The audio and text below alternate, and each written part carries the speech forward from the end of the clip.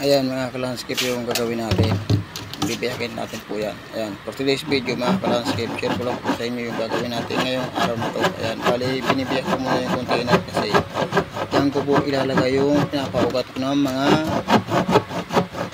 halaman o nidra. Diyan ko po ilalagay. Ayan. Sige po mga ka-landscape. Subaybayan nyo po ang aking gagawin. Kasi napakasimple lang po na ito para kahit paano mayroon po kayong matutunan.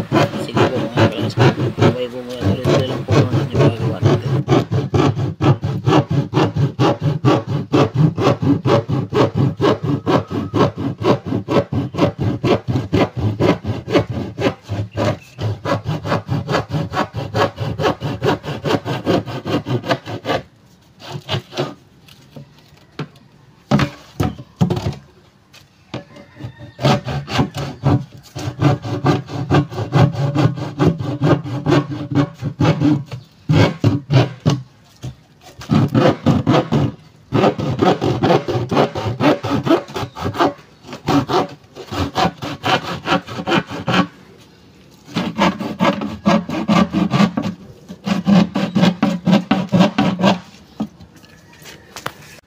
Ayan na po mga ka-landscape.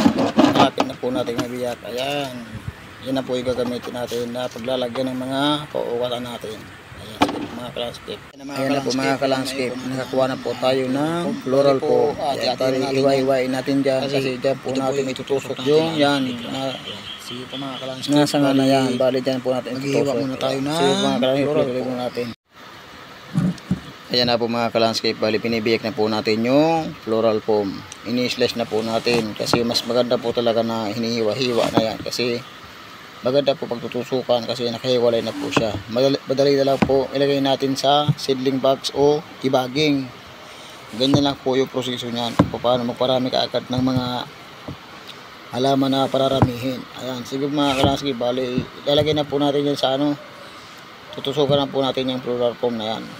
Ayan. Sige mga ka-landscape, pabay po muna.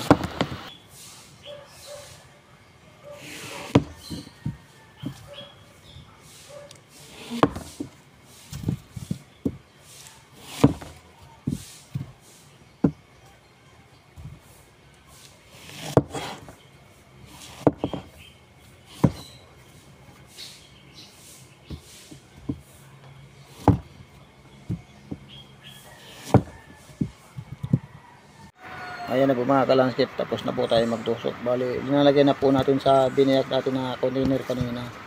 Diyan po natin siya pauukatin. Mas maganda po kasi ganyan nakasalo siya para pag dinilig natin. Kasi yung halaman na yan, mas gustong gusto po niyan na maraming tubig lagi. Lalo na pag bagong propagate lang po siya. Ayan. Yun ang po gawin nyo para mas mabilis magkaugat po yung nidra na yan, yung halaman na yan. Kailangan may nakasalo na pag didilig natin kahit paano yung tubig. Meron po siya na-i-stack. Mas maganda po talaga niya pag dinilig nyo, babad na babad, maraming tubig. Kasi yung container na po yan na biniya ko, may butas din po yan. Unti-unting nawawala po yung tubig niyan. Kaya mas maganda po pag diligin mo yan, yung maraming tubig lagi, yung umaapaw talaga. Ayan, ganyan lang po yung proseso niyan mga ka-landscape. Sige po mga ka-landscape, babay po muna kasi tatapusin po natin paglalagay niyan.